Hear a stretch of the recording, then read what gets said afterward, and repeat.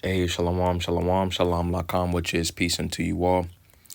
Hayawam tawab la'atam, za'achyakam yawam man rachagado Charlotte, which is good day. This is your brother Yawam from the GMS camp in Charlotte. Nachamatam kaya, hamalakot hashamayim kwara, repent ye, for the kingdom of heaven is at hand. Call halayim la abanawa Yahweh bahasham, Yahweh shai bahasham, rochahakodash wa mashana la zakwanim nawa, wa malaakim shorochagado, which is all praises to our Father Yahweh, which means he exists. Bahasham, in the name Yahweh Shai, delivers and double honors to the elders and apostles of Great Millstone.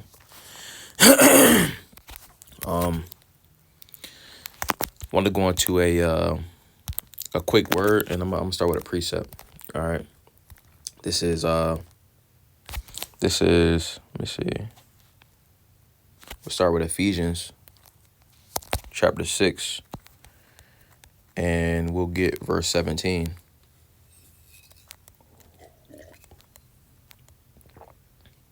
What's the subtitle? I'm gonna read up at the top. It says the armor of the Most High.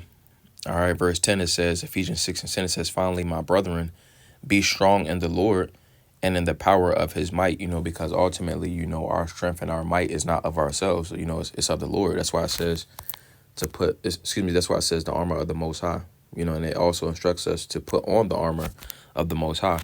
So reading again, it says, finally, my brethren, be strong in the Lord and in the power of his might, because we don't have any type of carnal means or any type of means of delivering ourselves. The victory is of the Lord. The strength and the might is of the Lord. And just to prove that, let's get a quick precept, because the word that I wanted to go into essentially is the word for sword. And specifically, the sword of the spirit.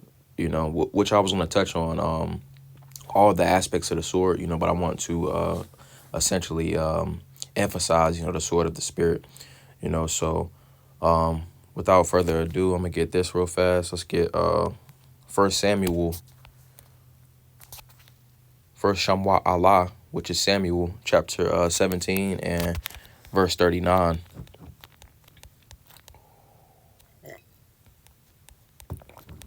All right, and it says, verse 39, it says, and David girded his sword upon his armor, and he essayed to go, for he had not proved it. And David said unto Saul, I cannot go with these, for I have not proved them. And David put them off of him.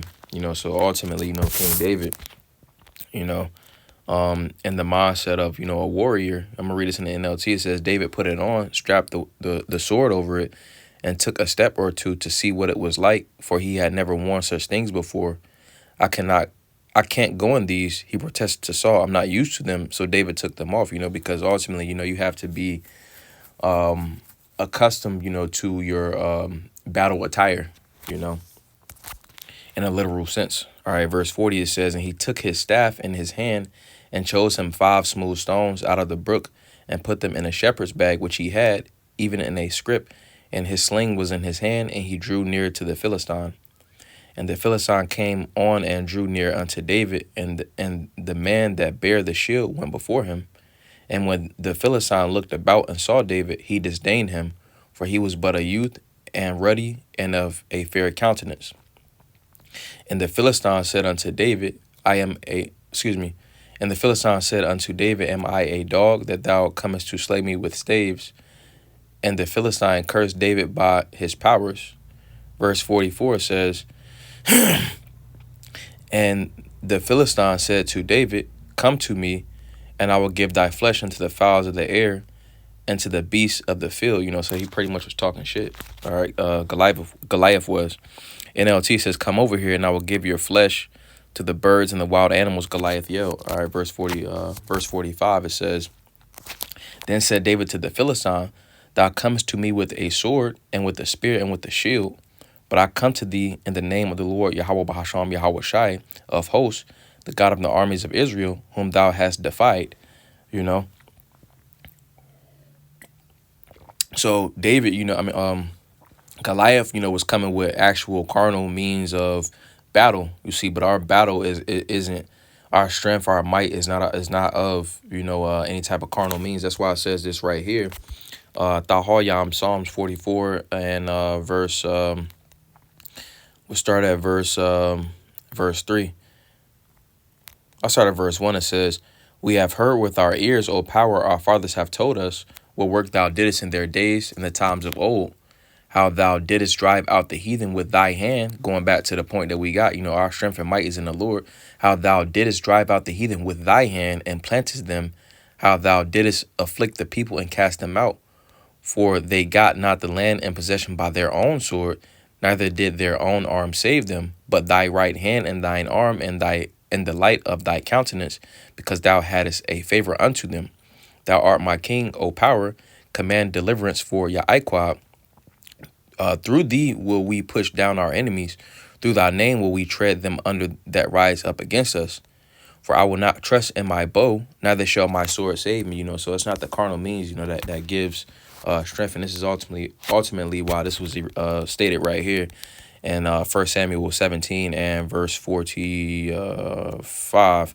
It says, then said David to the Philistine, thou comest to me with a sword and with a spear and with a shield, but I come to thee in the name of the Lord, Yahweh Bahasham, Yahweh Shai of hosts, the power of the armies of Yashar Allah, whom thou hast defied. This day will the Lord deliver thee into mine hand, and I will smite thee and take thine head from thee, and I will give the carcasses of the host of the Philistines this day unto the fowls of the air and to the wild beasts of the earth, that all the earth may know that there is a power in Israel.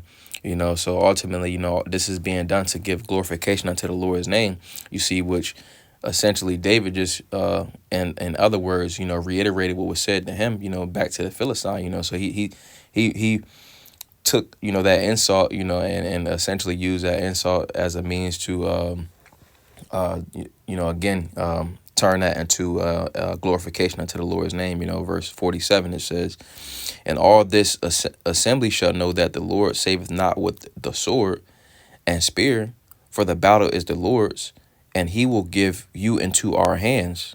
All right, so the battle is the Lord's. That's the point, because a carnal means of a sword, you know, isn't what would deliver us. And that's why the sword of the spirit is ultimately of utmost importance. Having belief on His word. So let's get a couple more. Let's get we'll go to, actually I'm gonna break this word down as well. All right, let's go into this right here, and which this whole thing right here. It's a good article, but it goes into which it goes off in some points, so eat the meat, spit out the bones. But there's some good information in here to use, which I post this in the description box. But I'm gonna go down to the sword of the spirit. All right, and it says right here, it says sword of the spirit. And let's actually get this precept real fast. Let's go to Ephesians chapter 6, and we'll get verse 10 again. It says, "The armor of the Most High," subtitle, "Finally, my brethren, be strong in the Lord and in the power of His might. Put on the whole armor of the Most High, that ye may be able to stand against the wiles of the devil." So ultimately, again, our strength and power is in the Lord, but then also going back to the mindset that, King David had, he understood that, the battle was going to be fought in the spirit. He was accustomed, to relying on the spirit, and the reason why I wanted to bring that out is because it says, "Put on the whole armor of the Most High, that ye may be able to stand against the wiles of the devil." When we go into this word for put on, it says to sink into, put on, clothe oneself, so that becomes a part of you, because as a warrior, a legit warrior, in the ancient world, you had to put your armor on, you had to break it in, like you had to break it in, get accustomed to it, so with that spiritual similitude, we got to be the same way in the spirit, we got to be accustomed to this word, got to become a part of us. Let's get a quick precept real fast. Let's get this real fast. 2 Timothy chapter 2 and verse 15, it says, "Study to shew thyself approved unto the Most High." So we talking about the sword of the spirit. The sword of the spirit, if you back in the ancient world, like when swordsmen or different warriors was training up, they knew every part of that sword. They knew, they had the part where the hand was holding the actual sword. They would use that part, to what they would call like different punches and in the different combative in the different combative scenarios, that the warriors would undertake, in the ancient world. They would take the part, by at the end of the sword, they use that part for, like punching and things of that nature, and same as, the tip of the blade, they would use that, to pierce, their different cuts and stuff like that, so point being that they understood each part of that blade, so they were rightly dividing, all right, in a physical sense, you see. So with that spiritual similitude, we should be in the same fashion, but much better, we should be studying the sword of the spirit, now reading it back. Second Timothy chapter 2 and verse 15, it says, study to shew thyself approved unto the Most High, a workman that needeth not to be ashamed, rightly dividing the word of truth, because with the sword, you divide. So with the sword you divide, so you ultimately have to understand, again, how to, use it in a, or you had to understand how to use it in a literal sense, how to, make different cuts and, different things of that nature. You see, again, same, with these scriptures, we have to rightly divide the word. We ultimately have to be in tune. It has to be a part of us, so that we can ultimately apply, the word, so nevertheless, going back, Ephesians 6 and verse 11, it says, put on the whole armor of the Most High, that ye may be able to stand against the wiles of the devil, so again, the point, we got to put on the whole armor, you see, but I want to specifically go into the sword. So Ephesians 6 and 17, it says, take on, well, let me go back, verse 11, it says, put on the whole armor of the Most High, that ye may be able to stand against the wiles of the devil. It's important to put on the whole armor, because if you have an opening somewhere, if you don't got on your helmet, well, your head is exposed. If you don't have your sword, well, you don't have any type of spiritually offensive weapon, So that's all. Putting on the whole armor is essentially what protects us. It's what allows us to continue on this walk, continue on this spiritual battle. All right, so going back to verse 17, it says, and take the helmet of salvation and the sword of the Spirit, which is the word of the Most High, and ultimately going into, that sword. The sword is a cutting instrument, so it cuts and it pierces, so in a physical sense. Let's touch on that. Let me get this word first. All right. So it says the sword of the Spirit. It says the word dabar, which it will be hadabar. Ha is the, dabar is word. It says the only offensive weapon is the sword of the Spirit, which is the word of the Most High. It says words in the ancient thought process had substance. Sentences were an sentences were an ordered arrangement of ideas that ordered lives. The word of the Most High makes the enemy back down. The more a person is in command of the word, the more effective soldier he will be, So if he ultimately understands, if a literal soldier ultimately understands, how to wield, his blade, he'll be very effective, you see. So, that in a spiritual sense, we got to be very effective, with this spiritual blade, so that we can ultimately rightly divide the word of truth. All right, and ultimately, in the end, the Lord, so that the Lord can be glorified in the correct fashion, So let's get the word for sword. All right, and this word for sword, it says charab, charab. All right, and we'll start with the two letters, all right, that it derives from.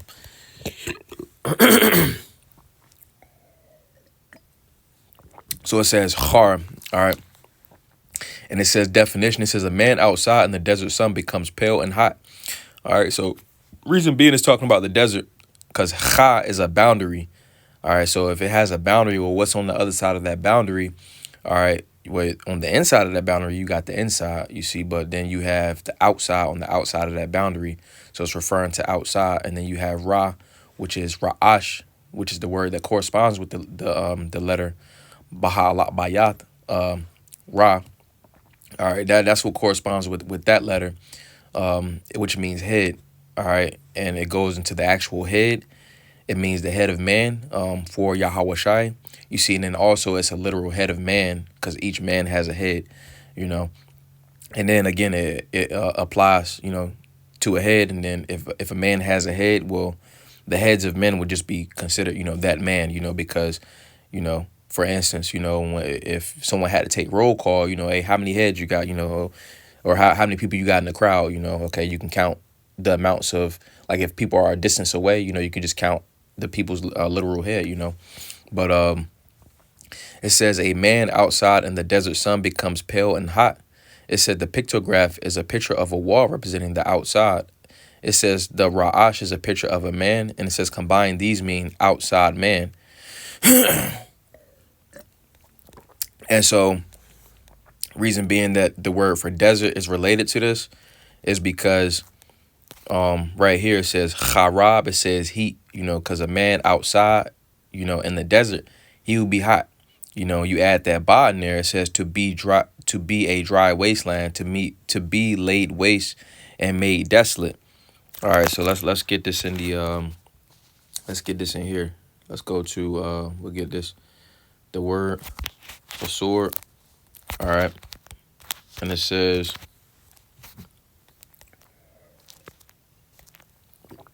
charab. All right, and it says to be waste, lay waste, make desolate, be in ruins. Skipping down, it says to be dried up, spoken of water. It says to be dry, to become dry. So reason being that charab means to be dry, to become dry, to be desolate, because if a man is outside, cha is that boundary, so what's outside that boundary is outside. Ra represents the man. All right, so outside man, ba is inside the house, so what becomes dried up? All right, the inside of that specific man if he's in the desert, because he will be laid waste if he don't find no water, because inside, which is that ba, inside, will be dried up, so, and what a state does that leave that person? It leaves them wasted, dry, desolate, slayed, decayed, and destroyed, so with that same instance, this is why the word for charab also is ascribed to the word for sword, you see, because it says a weapon with a long blade for cutting or thrusting. Now let's go back to this right here real fast. And it says to be laid waste. It says to lay waste, be amazed, astonished. It says to be laid waste, to destroy one another, hence to fight. All right, reason why it goes into that, because when people fight, all right, in the ancient world, they will be destroyed, So again, now going back to this right here, it says to dry up, be laid waste. It says a root corresponding to demolish. Somebody without water in the desert, they will be demolished, they will be destroyed, So again, right here it says a drought. Also, as a cutting instrument from its destructive effect, as a knife, sword, or other sharp implement, axe, dagger, knife, mattock, sword, tool. So it says a sword as laying waste, others as having the signification edge, to be at sharp, accurate edge of a sword. It says to smite with the edge of the sword, to kill with the sword, as was done in the ancient world. All right. So again, that's essentially how a sword is used. Again, it's related to the word for desert, you see, because a man in the desert, will be destroyed if he didn't have any type of water source. All right. So likening again that word unto the word for desert. All right, the ba in here. All right, the ba in that word for sword, that ba goes into a man outside, or outside man.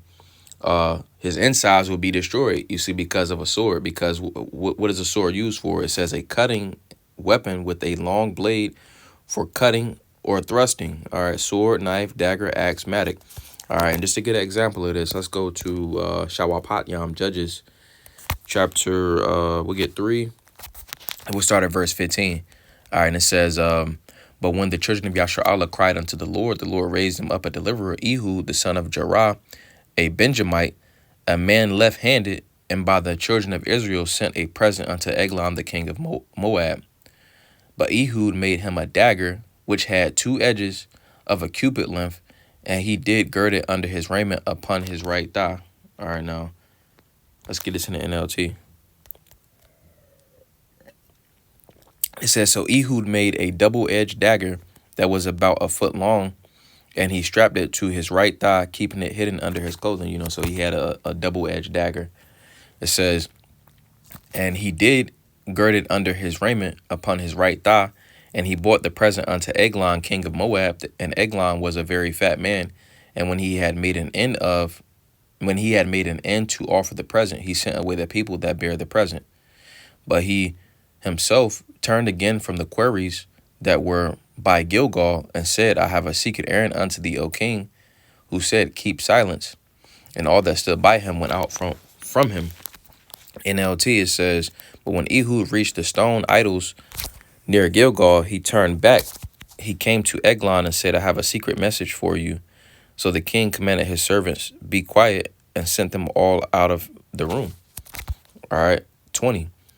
And Ehud came unto him, and he was sitting in a summer parlor, which he had made, which he had for himself alone. And Ehud said, I have a message from the Most High unto thee. And he arose out of his seat. And Ehud put forth his left hand and took the dagger from his right thigh and thrust it into his belly. And the haft also went in after the blade, and the fat closed upon the blade, so that he could not draw the dagger out of his belly, and the dirt came out. NLT.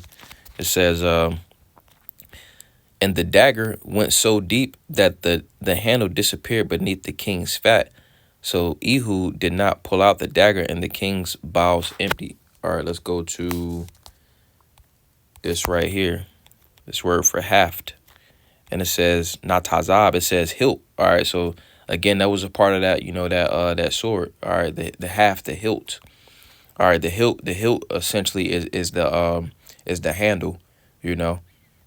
So he had a certain knowledge, with that specific blade. Just want to get an example of a literal example, as to something, that occurred, with the literal sword, in the ancient world. So let's get a few more. Let's get Mashal Yah, Proverbs chapter 12, and chapter 12 and verse 13. All right, and it says, the wicked, 17. Proverbs 17 and verse 13. And it says, Salah, gotta find it.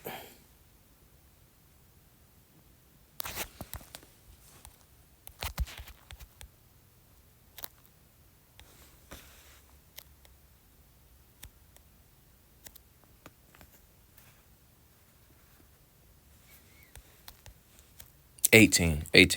Salakia.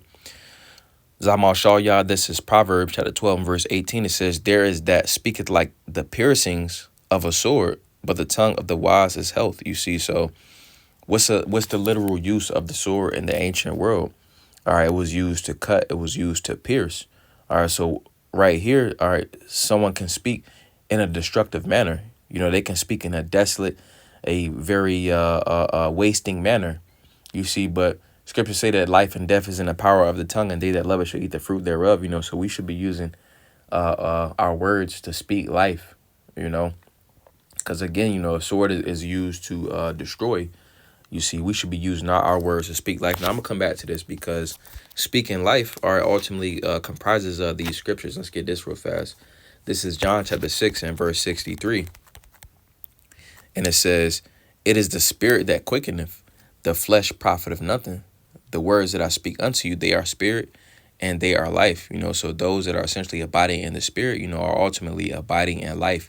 You see, so one that will be speaking like a legit sword.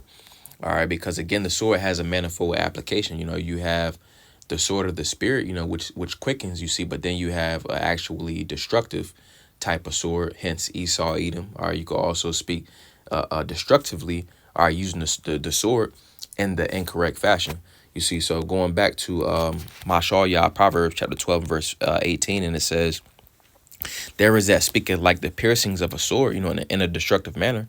But it says the tongue of the wise is health, because the tongue of the wise is going to rightly divide the word of truth and use that spiritual sword to build up, So going back, let's get,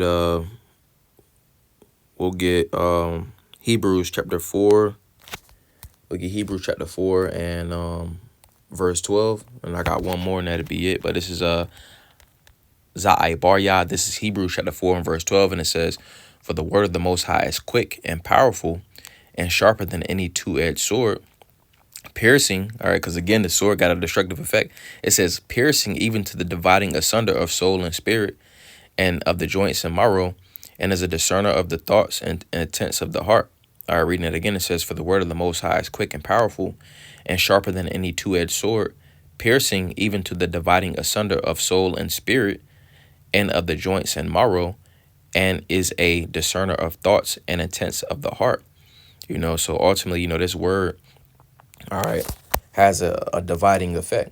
All right, it'll show, what side someone stands upon. All right, when this word is essentially, all right, when you all right, in the ancient world, if someone was to pull out an actual sword, and the person on the opposite side, you know just extrapolating, you know they pulled out the sword, well, the enemy would be like, oh shit, like, it would say, the look in their eyes would say, hey, they're prepared, or the look in their eyes would say, well, nah, like, they're not prepared. So same as here, because your eyes is the window to the soul, so that essentially would tell what you thinking.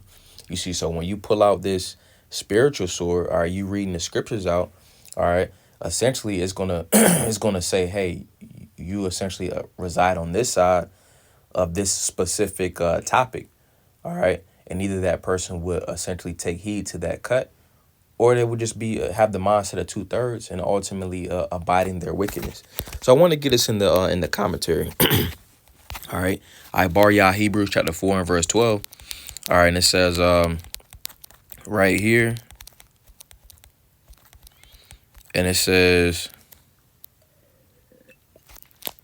"For the word of the Most High's word diagnoses the condition of a man with certain precision, accuracy." All right, pinpoint accuracy. It said it lays open the heart and accurately discerns spiritual health. So it shows, all right, the state of again, someone's mind. All right, now skipping down, it says, living and powerful. When the word of the Most High exposes our weakness and unbelief like this, it demonstrates its inherent power, sharpness, and accuracy. It bears constant reminding that as we submit ourselves to the word of the Most High, we do it for far more than intellectual. Well, it goes off in some points in here, but the point that I wanted to get was the previous commentary. I'm gonna skip down some because I had a little bit more in here.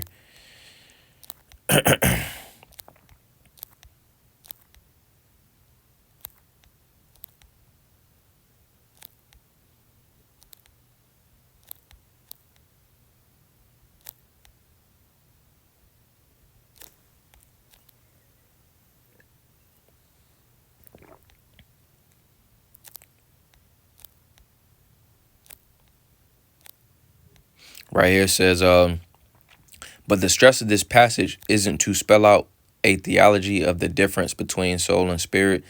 Attempts to explain these terms on a psychological basis are futile. The form of expression is poetical, all right, because the scripture speaks in similitudes. That's the point I wanted to get. The form of expression is poetical. The form of expression is poetical and signifies that the word penetrates to the inmost recesses of our spiritual being as a sword cuts through the joints and marrow of the body. All right, so essentially this word, it shows what someone is made of. It shows, the innermost thoughts. You see, because it's going to come out. That's just how the Lord got it set up, and again, that's why it's referred to as the sword of the spirit. All right. And it's a double-edged sword. You see, so the things that, all right, can cut spiritually someone else, all right, something else can cut us. And that's why we have to essentially be cognizant of our own actions, you see, because the scripture said to put on the whole armor of the Most High, roughly paraphrasing, so in us putting the armor on, you see, we ultimately have to be aware of our application and how we're walking in the spirit, So I'm gonna get one more and that'll be it.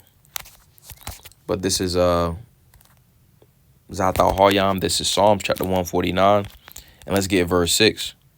All right, and it says, let the praises of the Most High be in their mouth and a two-edged sword in their hand to execute vengeance upon the heathen and to execute vengeance upon the heathen and punishments upon the people, to bind their kings with chains and their nobles with fetters of iron, to execute upon them the judgment written. This honor have all his saints. Praise ye the Lord, Yahweh Bahasham, Yahweh Shai. Now let's go into this commentary. Psalms 149 and verse 6. All right. And it says,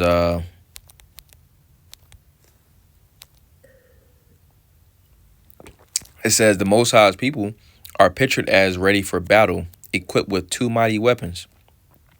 It says they bear the high praises of the Most High. It says their worship indicates their allegiance and surrender to the Most High of every victory. All right, going back to that Psalms 17 and the 17th chapter, because the victory, essentially the Lord is who fights our battles. All right, Exodus 15:3, the Lord is a man of war. So it says a great victory was won by the people of the Most High as they entered the battle with praise. It says they bear a two-edged sword in their hand, demonstrating both the use of practical weapons and means, and in a spiritual sense. Now, I wanted to touch on this spiritual sense. It says in a spiritual sense, reliance upon the Most High's word, which is described as two-edged sword. All right. It says their praise is not merely to be that of chanting words. So, because again, it's a double-edged sword. So by bringing out this word, it could essentially cut, other people. So it says spiritually too, or specifically spiritually, but it says their praise is not merely to be that of chanting words. It is also to be of doing his will, because we got to walk it. It's a double-edged sword. We can bring this word out and say, hey, Jay, you going off here, you see, but we have to, ensure that, we're essentially taking them correct steps. But it says their praise is not merely to be that of chanting of words. It is also to be of doing his will. It says, while the high praises of the Most High are in their mouth, a two-edged sword is to be in their hand, with which they carry out his purposes among the people, the kings, and the nobles, because we were sent out a prophet into the nations, because this word is essentially spiritually cutting them. You see, going back to verse 6, as it says, but it says, in this state of mind, the Lord will grant victory to his people. All right. So that's where we get the victory at, So we got to ensure that, we're essentially applying the word, you see. But then this word has it has other nations, all right, in a bind. All right. They're essentially binded by this word. All right. And what I mean by that is, all right, they have to essentially drink of that cup. All right. They have an order against them. All right. Reading this back, all right, Tahoyam, Psalms chapter 149 and verse 6, just elaborating on that point. Let the high praises of the Most High be in their mouth, and a two-edged sword in their hand, to execute vengeance upon the heathen and punishments upon the people, because the actual sword does this in the effect of war, as we've seen in the ancient world. So it says to execute vengeance upon the heathen and punishments upon the people, to bind their kings with chains and their nobles with fetters of iron. This is what they have to look forward to. Then that's why I said this binds the nations, you see, because they're going into slavery. All right. It says to execute vengeance upon the heathen and punishments upon the people, to bind their kings with chains and their nobles with fetters of iron, to execute upon them the judgment written. This honor have all his saints. Praise ye the Lord, Yahweh Bahasham, Yahweh Shai. So ultimately, the sword has a various use of application. And ultimately, we should be very in tune with the spiritual sword. All right, rightly dividing the word of truth. All right, and using the sword ultimately, to abide in life. So Adonai Tazaza Banaya Paulo as well. That was a beautiful edification through the spirit. Wa Adonai Tazah Atam Yashawam Tawab. A Lord's will. You all have a good day. Wa Shalom Lakam, which is peace unto you all. A Shalom, Shalom.